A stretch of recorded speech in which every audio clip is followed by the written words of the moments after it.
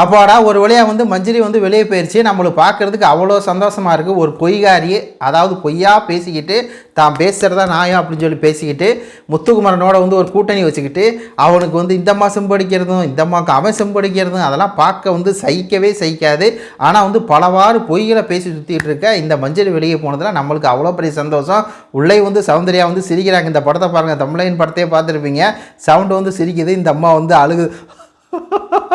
Jacqueline ஆனால் நடிப்பில் இந்த மிஞ்ச ஆளே இல்லைப்பா. ஜாக்லின் மிஞ்ச ஆளே இல்லைப்பா. ஒன்றா நம்பர் ஃபேக்லின் அப்படிங்கிற மாதிரி தான் இருக்குது. ஒரு பக்கம் முத்துக்குமரன் வந்து ஃபீல் பண்ணி பேசுகிறாப்புல, இன்னொரு பக்கம் வந்து எவிக்ஷன் கார்டை காட்டினோடனே மஞ்சரியா இது வந்து அன்ஃபேர் ஆச்சு, ஐயோயோ இந்த வீட்டில் வந்து கடினமாக உழைச்சி இந்த கேமுக்காக ஐயோயோ அப்படின்னு சொல்லி இவங்கெல்லாம் கதறினாங்க. ஆனால் அங்கே ஒரு ஆள் மட்டும் சிரிச்சுக்கிட்டே இருந்துச்சு. இதில் அருண் வேறு இங்கே ஸ்ட்ராங் என்னென்னமோ சொல்கிறான்டா அவன். எப்பா அருண் டப்பா இப்படியா, ஐயோ நல்லவனா காமி நல்லவன் தான் அருண் அப்படிங்கிற மாதிரி இருக்குது. அதுக்கப்புறம் முத்துக்குமரன் போய் தனியாக கட்டி பிடிச்சிட்டு, ஓன்ட்ட கூட ஆளுகள்னா என்னால் எப்பட்றா அப்படின்னு சீனை போட்டுச்சு. அதுக்கப்புறம் முத்துக்குமரன் வந்து மஞ்சரியை சொல்கிறான். மஞ்சரியை பார்த்து எனக்கு வந்து பொசிவாக இருக்குது.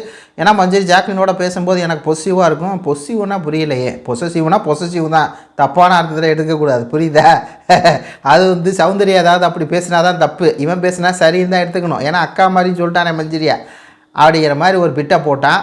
இந்த மாதிரி இந்த வீட்டை நான் யாரோடையும் சேரக்கூடாதுன்னு நினச்சேன், ஆனால் மஞ்சரிக்காக மட்டும் நான் செம்பு தூக்குனேன் அப்படின்னு அவனே ஒத்துக்கிட்டான். ஒரு உண்மையை சொல்கிறேன் அப்படின்னு. ஐயோ ஐயா, அதான் நாங்கள் இத்தனை வாரம் சொல்லிட்டு இருந்தோம், ஓ செம்புகள்லாம் இல்லைன்ட்டாங்களே, நீ ஒரு சோலோ பிளேயர்னாங்களே, கிடையாது நீ ஒரு கூட்டணி பிளேயரு, அது கேவலமாக தெரியுதே அப்படிங்கிற மாதிரி இருக்குது.